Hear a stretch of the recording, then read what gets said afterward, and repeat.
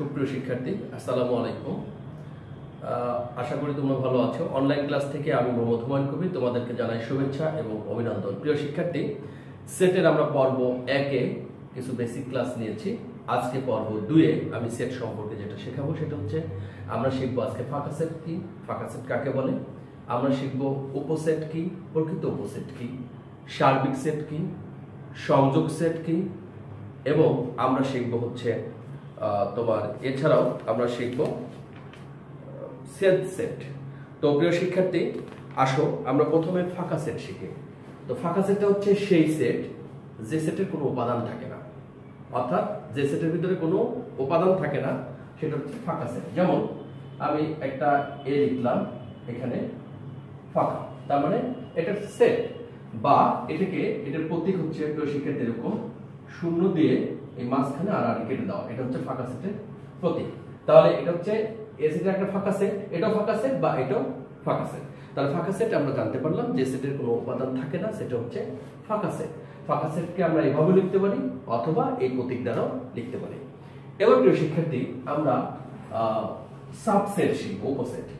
আমরা যদি আমরা শিখব কি উপসেট। তো উপসেট ইংরেজি কি বলছে? সাবসেট, তাই না? তো প্রিয় শিক্ষার্থী, আমরা একটা এ সেট নিলাম, মনে করো 1 2 3 নিলাম। এই সেটের এখন এটার আমরা উপসেট বের করব। তো প্রিয় শিক্ষার্থী, তুমি একটা থলের মধ্যে অথবা একটা কলসের ভিতরে বা একটা বালতির ভিতরে তোমার বাজার থেকে বাবা কিছু মাছ কিনে নিয়ে এসেছে। তোমার মনে করো যে এই তাজা তাজা মাছগুলো, এই তাজা মাছগুলো তুমি প্রিয় শিক্ষার্থী বালতির ভিতরে পানি দিয়ে রেখে দিয়েছো। তো এখন তুমি প্রথমে কি করলাম, এই বালতির ভিতরে হাত ঢোকালাম মাছগুলো ধরার জন্য। ধরতে গিয়ে তুমি প্রথমে কি একটা মাছ পেলাম, তুমি কি পেয়েছো? প্রথমে একটা মাছ, অর্থাৎ তুমি প্রথমে একটা মাছ পেয়েছো। আচ্ছা, এরপরে যখন তুমি আবারও হাত ঢুকিয়েছো, এবার তুমি পেয়েছো কি? দুইটা। তাহলে কয়টা পেলাম? দুইটা। এরপরে যদি তুমি আবারও বালতির মধ্যে হাত ঢুকাও, এবার দেখা গেল তোমার তিনটা মাছ উঠেছে, তিনটে উঠেছে, অর্থাৎ কি 1 2 3 তিনটা উঠলো, 1 2 3 তুমি তিনটাই পেয়েছো। আবার তোমার দেখা যাবে কি তুমি এবার হাত ঢুকেছো, তুমি একটা মাছও পাওনি, তুমি এবার ফাঁকা পেয়েছো। এরকমই তো হয় প্রিয় শিক্ষার্থী, তুমি বালতির তাজা মাছ তুমি পানির ভিতরে ছেড়ে দিয়েছো, তুমি মাছ হাত দিয়েছো, একটা ওঠেনি, তাহলে একটা পেয়েছো। তুমি এবার একটা পেয়েছো, এরপরে তুমি দুটো পেয়েছো, এরপর তুমি তিনটা পেয়েছো। তাহলে এই যে আমরা এই যে একবার একটা পেলাম, একবার দুইটা পেয়েছি, একবার তিনটাই পেয়েছি, একবার একটাও পাইনি, এগুলো হচ্ছে প্রিয় শিক্ষার্থী উপসেট। কার উপসেট? এ সেটের উপসেট। তাহলে এগুলো যদি এ সেটের উপসেট হয়, তাহলে উপসেটের প্রতীকটা কি প্রিয় শিক্ষার্থী? এটা হচ্ছে উপসেটের প্রতীক। তাহলে এ সেটের উপসেট হচ্ছে এগুলো যদি এখন নামকরণ করা হয়, ধরো আমি এরকম দিয়ে বললাম 1 বলেছি, তাহলে বিটা হচ্ছে এ সেটের একটি উপসেট। তাহলে আমরা এ সেটের একটি উপসেট যদি বি হয়, তাহলে আমরা কিভাবে লিখব? তাহলে আমরা এখানে লিখতে পারি এ উপসেট বি, এটা আমরা লিখতে পারি, অথবা বি উপসেট এ। আবার যদি মনে করো আমরা সবগুলো যখন পেয়েছি সেটার নাম দিয়েছি, আমরা হয়তো সি দিয়েছি বা এ দিয়েছি, যখন সবগুলো উঠছে তাহলে এ উপসেট। তাহলে আশা করি তোমরা উপসেটটা বুঝতে পেরেছো, সাবসেটটা কি, অর্থাৎ এর উপাদান নিয়ে গঠিত এক একটি সেট হচ্ছে উপসেট। ফাঁকা সেট সকল সেটের উপসেট, ফাঁকা সেট সকল সেটের উপসেট। কারণ তুমি মাছ ধরতে গিয়ে তুমি একটাও পাওনি, তার মানে কি তুমি তো ধরতে গিয়েছো, হাত ডুবেছো, তোমার শূন্য হাত উঠেছে, তার মানে এটা হচ্ছে কার উপসেট? এই সেটের উপসেট। তাহলে এর ভিতর থেকে যদি আমরা এই যে এগুলো বাদ দিয়ে দিই, এটা যদি বাদ দিই, তাহলে এই যে একটা দুইটা তিনটা, এটা হচ্ছে প্রকৃত উপসেট। তার মানে তুমি সবগুলো উপাদানই যদি উঠে, তাহলে সেটা তোমার প্রকৃত উপসেট হবে না। প্রকৃত উপসেট কি কি? এই 1 2, তারপর হচ্ছে ফাঁকা সেট, হ্যাঁ আরো উপসেট হতে পারে, যে 2 3 এটা একটা উপসেট, হ্যাঁ, তারপরে 1 2, তারপরে 1 3 এটা উপসেট হতে পারে, এটা উপসেট হতে পারে। তাহলে এই যে এখানে আমরা উপসেট কয়টা পেলাম? 1 2 3 4 5 6, তাহলে আরো হতে পারে। আমরা প্রথমে 1 লিখেছি, 2 আসতে পারে, হ্যাঁ 2 আসতে পারে, 3 আসতে পারে, হ্যাঁ তাহলে এগুলো কিন্তু তার একটি উপসেট। তাহলে এখানে এ সেটের উপসেট কয়টা হলো 1 2 3 4 5 6 7 8 8টা হচ্ছে এ সেটের উপসেট। প্রিয় শিক্ষার্থী, এখানে একটা মজার জিনিস আছে, আমরা অঙ্ক না করে আমরা এই উপসেটগুলো নির্ণয় না করে কিন্তু বলে দিতে পারি এই সেটের উপসেট কয়টা। সেটা কি 2 পাওয়ার n, সূত্র কি 2 পাওয়ার n। nটা কি? nটা হচ্ছে এই যে এ সেটের উপাদান সংখ্যা, n হচ্ছে এ সেটের উপাদান সংখ্যা। এর উপাদান কয়টা 1 2 3, তাহলে 2 কিউব, তাহলে কত 8। 1 2 3 4 5 6 7 8, এগুলো হচ্ছে কি এ সেটের 8টি উপসেট। আমরা কিন্তু এই সূত্রের মাধ্যমে আমরা একটা সেটের উপাদান থেকে বলে দিতে পারবো তার উপসেট কয়টি। তাহলে প্রিয় শিক্ষার্থী, আমরা এখন শিখলাম কি উপসেট কিভাবে নির্ণয় করে আর প্রকৃত উপসেট কি। প্রকৃত উপসেট যদি হয় তাহলে এই যে এর সকল উপাদান নিয়ে গঠিত সেট উপসেটটা বাদ দিতে হবে, আর কিছু না। অর্থাৎ আমরা এইটা বাদ দিলে এই 1টা এর প্রকৃত উপসেট, 1 2 এটা প্রকৃত উপসেট, এটা তার প্রকৃত উপসেট, সকল ফাঁকা সেট ওই সেটের প্রকৃত উপসেট। তবে এগুলো সবগুলো কি প্রকৃত উপসেট। প্রকৃত উপসেট লিখি কিভাবে প্রিয় শিক্ষার্থী? যদি আমি প্রকৃত উপসেট লিখি তাহলে এটা হচ্ছে প্রকৃত উপসেট। ওকে, এটা হচ্ছে প্রকৃত উপসেট। উপসেটের নিচে একটা টান দিচ্ছে আর এই টানটা যখন তুলে দিচ্ছি তখন হয়ে যাচ্ছে প্রকৃত উপসেট। এটা হচ্ছে উপসেট মানে সাবসেট, কেমন? আর এটা হচ্ছে প্রকৃত উপসেট, প্রকৃত উপসেট। তো প্রিয় শিক্ষার্থী, এই হলো আজকে আমাদের সেট অর্থাৎ ফাঁকা সেট, প্রকৃত উপসেট এবং সাবসেট মানে উপসেট শিখলাম। এবারে আসি আমরা, যদি এবারে আমরা চিন্তা করি তাহলে আমরা তোমার সার্বিক সেট। সার্বিক সেট কি? অর্থাৎ সার্বিক সেট হচ্ছে আলোচনায় সংশ্লিষ্ট সকল সেট যদি একটা নির্দিষ্ট সেটের উপসেট হয়। আলোচনায় সংশ্লিষ্ট সকল সেট যদি একটা নির্দিষ্ট সেটের উপসেট হয় তাহলে সেটা সার্বিক সেট। যেমন আমরা ধরো সার্বিক সেটের ইংরেজি বলে ইউনিভার্সাল। সার্বিক সেটের ইংরেজিটা কি? ইউনিভার্সাল। সার্বিক সেট, কেমন? তারপরে কি ইউনিভার্সাল, ঠিক আছে? Universal, universal set. আচ্ছা, তো এখানে ইউনিভার্সাল সেট মানে ইউনিভার্সালের ইউ, এটা হচ্ছে সার্বিক সেটের প্রতীক। সার্বিক সেটের প্রতীক হচ্ছে এটা বড় হাতের। তো এখন আমরা বলেছি আলোচনায় সকল সেট। ধরো আমি এ সেট নিয়ে আলোচনা করছি 1 2 3, আমি বি সেটের কথা বলতে চেয়েছি 3 4 5, আমি সি সেটের কথা বলতে চেয়েছি 5 7 8। এখন এই সকল উপাদান যদি নিয়ে একটা সেটের উপসেট হয়, এই সকল সেটগুলো যদি এই আলোচনায় সকল সেট যদি একটা নির্দিষ্ট সেটের উপসেট হয় তাহলে সেটাকে সার্বিক সেট বলে। এখন 1 2 3 4 5 7 8, অর্থাৎ এই উপাদান এই উপাদান এই উপাদান এই সকল উপাদান নিয়ে আমরা একটা সেট গঠন করব, সেই সেটটা হচ্ছে সার্বিক সেট। কারণ এই সেটের উপসেটে বি হচ্ছে ইউ এর উপসেট, সি হচ্ছে এর উপসেট। তার মানে বলেছিলাম সংজ্ঞায় আলোচনায় সংশ্লিষ্ট সকল সেট যদি একটা নির্দিষ্ট সেটের উপসেট হয় তাহলে সেগুলো কি সার্বিক সেট।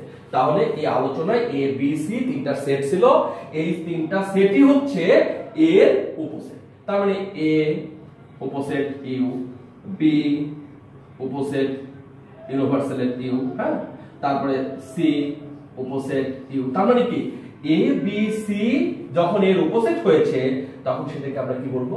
সার্বিক সেট। প্রিয় শিক্ষার্থী, আশা করি তোমরা বুঝতে পেরেছো। এবার আসি আমরা সংযোগ সেট। সংযোগ মানে কি? লসাগু।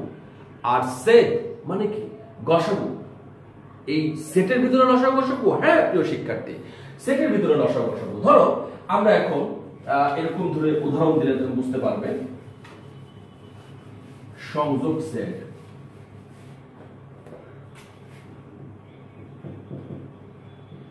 সংযোগ সেট মানে ইউনিয়ন। হ্যাঁ, এটা সংযোগ সেটের ইংরেজিটা হচ্ছে ইউনিয়ন, ইউনিয়ন অফ সেট মানে সংযোগ সেট। এখন এই যে আমার ইউনিভার্সাল আর ইউনিয়ন, এখানে কিন্তু একটু ঝামেলা হয়ে যায়, কারণ ইউনিভার্সালের সার্বিক সেটের ইউটা হচ্ছে অনেক বড় আর এই ইউনিয়ন কিন্তু ছোট কাপ, এটা কি কাপ বা বাটি, এটা হচ্ছে ইউনিয়ন। আর ক্যাপ ইন্টারসেকশন, সেটা আসবো। তাহলে এটা হচ্ছে সার্বিক, এটা হচ্ছে ইউনিয়ন। যখন আমি সংযোগ সেট দেব, ইউনিয়ন দেব, তখন হচ্ছে ছোট হাতে লিখে দেবো। আর যখন আমি সার্বিক সেট দেব, তখন আমি বড় হাতে লিখে দেবো। অর্থাৎ বিষয়টা এরকম, দাদা আর নাতি, ইউনিয়নটা হচ্ছে নাতি, চিহ্ন সেম বলের মতন, আর দাদা হচ্ছে সার্বিক। তা সার্বিকটা যখন দেবো তখন ইউটা অনেক বড় দিব, ইউটা অনেক বড় দিব। আর যখন আমি সংযোগ করব তখন ইউটা আমি ছোট দিব। ওকে, তাহলে আমরা যদি এখন দেখি প্রয়োগটা দেখি, এ হচ্ছে 1 2 3 আর বি হচ্ছে 3 4। দেন আমি যদি লিখি সংযোগ করব এ ইউনিয়ন বি, তাহলে কি হবে? লসাগু। লসাগু মানে কি?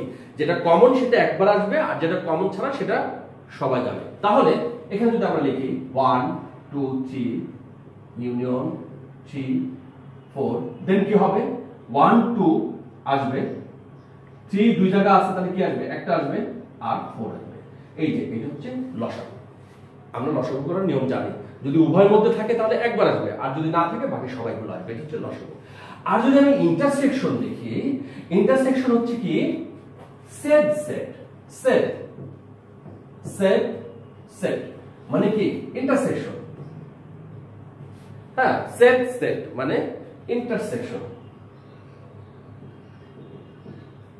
ইন্টারসেকশন ইন্টারসেকশন যখন বলবো আমরা, ইন্টারসেকশন অফ সেট, সংযোগ সেট, তখন এই এই যে ইউনিয়নটা ছিল না, বাকিটা ছিল, এটা ক্যাপ হয়ে যাবে। আমি বলি কাপ ইউনিয়ন ক্যাপ ইন্টারসেকশন, তখন এটা হচ্ছে উল্টা হয়ে যাবে। এরকম শিক্ষার্থী, এরকম ইউটাকে উল্টো হবে। তাহলে ইউটাকে উল্টো হলে তখন কি হচ্ছে? আমি বলেছি কি গসাগু। ইন্টারসেকশন হলে গসাগু, আর ইউনিয়ন হলে লসাগু। গসাগু মানে কি? আমরা যদি কমন যেটা সেটাই তো গসাগু। তাহলে আমরা দেখি 1 2 3 3 4, এর মধ্যে কমন কি আছে? 3, তার মানে এখানে 3 আসবে শুধু। এটা হচ্ছে ইন্টারসেকশন। শিক্ষার্থী, আশা করি তোমরা বুঝতে পেরেছো।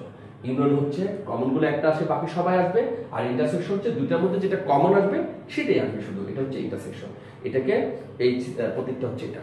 আর এবারে আসি, তাহলে আমরা শিখলাম কি কি আজকে? ফাঁকা সেট, আমরা শিখেছি উপসেট, প্রকৃত উপসেট, সার্বিক সেট, সেই সাথে শিখেছি আমরা সংযোগ সেট, সেট সেট। এবারে আসি আমরা যে পূরক সেট কি। পূরক সেট যদি সার্বিক সেট এবং এ সেটটি সার্বিকের উপসেট হয়, সার্বিক সেট আর এ সেট এই দুটার মধ্যে যদি এ সেটটি সার্বিক সেটের উপসেট হয়, তাহলে এ সেটের বহির্ভূত সকল উপাদান নিয়ে যে সেট গঠন হয় তাকে এ সেটের পূরক সেট বলে। কিচ্ছু বুঝিনি। তাহলে এবার আমরা দেখি, ধরো আমি উদাহরণ দিলে তুমি বুঝতে পারবে। এখানে সার্বিক সেট আছে 1 2 3 4 5, আর এ আছে 2 3 5। এখন এখানে বলা আছে এ কমপ্লিমেন্টারি। পূরকের ইংরেজি হচ্ছে কি? কমপ্লিমেন্ট। কমপ্লিমেন্ট সেট, কমপ্লিমেন্ট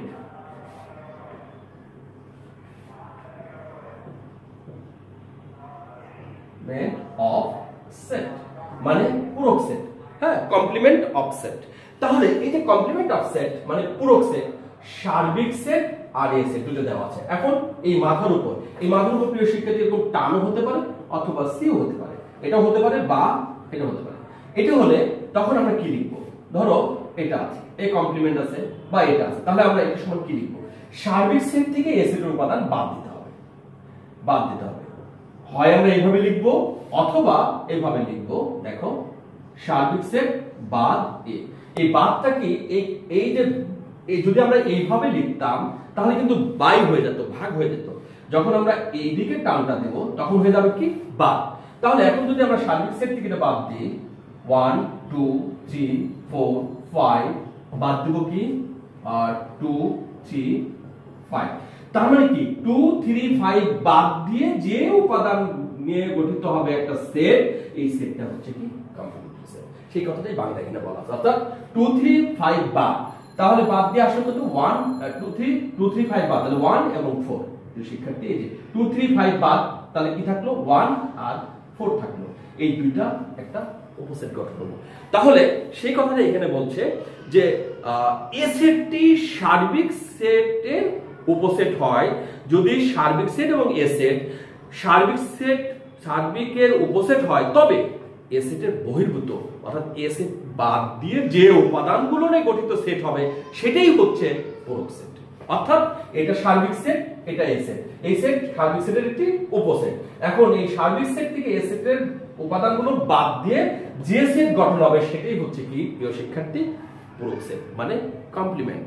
তাহলে আমরা আরেকটি জিনিস আছে disjoint set, set of disjoint বা ডিসজয়েন্ট সেটস, নিঃছেদ সেট। নিঃছেদ সেট মানে কি, অর্থাৎ আমরা ইন্টারসেকশন করতে গিয়েছি এ সেট এবং বি সেটকে, এখানে এ সেট আছে, আমি বি সেট নিয়েছি, আরেকটা বি সেট নিয়েছি, মনে করো এরকম এখানে নিয়েছি 7 8 9। আমি যদি ইন্টারসেকশন করি এ ইন্টারসেকশন বি, তাহলে এখানে কি কমন কিছু আছে? দেখি আমরা 2 3 5 ইন্টারসেকশন 7 8 9, তাহলে কি হলো? কোনোটাই মিল নেই, তাহলে কি ফাঁকা সেট। এটা কি প্রিয় শিক্ষার্থী ডিসজয়েন্ট সেট বলে। তো আজকে আমরা যা শিখলাম আজকে এ পর্যন্তই। আশা করি সেট সম্পর্কে তোমাদের ভালো ধারণা হয়েছে এবং এই ধারণা নিয়ে আমরা আগামী দিনে অঙ্কে চলে যাব। এবং তুমি যদি বুঝে থাকো অবশ্যই তুমি আমার চ্যানেলটিকে সাবস্ক্রাইব করবে এবং লাইক কমেন্ট শেয়ার করবে, বেশি বেশি শেয়ার করবে যেন তোমার বন্ধুরা তোমার কাছ থেকে উপকৃত হতে পারে। তো ভালো থাকো, সুস্থ থাকো এবং নিরাপদ দূরত্ব বজায় রেখে চলাফেরা করবে। সবাইকে আজকের ভিডিও দেখার জন্য আবারও ধন্যবাদ জানাচ্ছি, অসংখ্য ধন্যবাদ। এবং শেষ করছি, খোদা হাফেজ, আল্লাহ হাফেজ, আসসালামু আলাইকুম।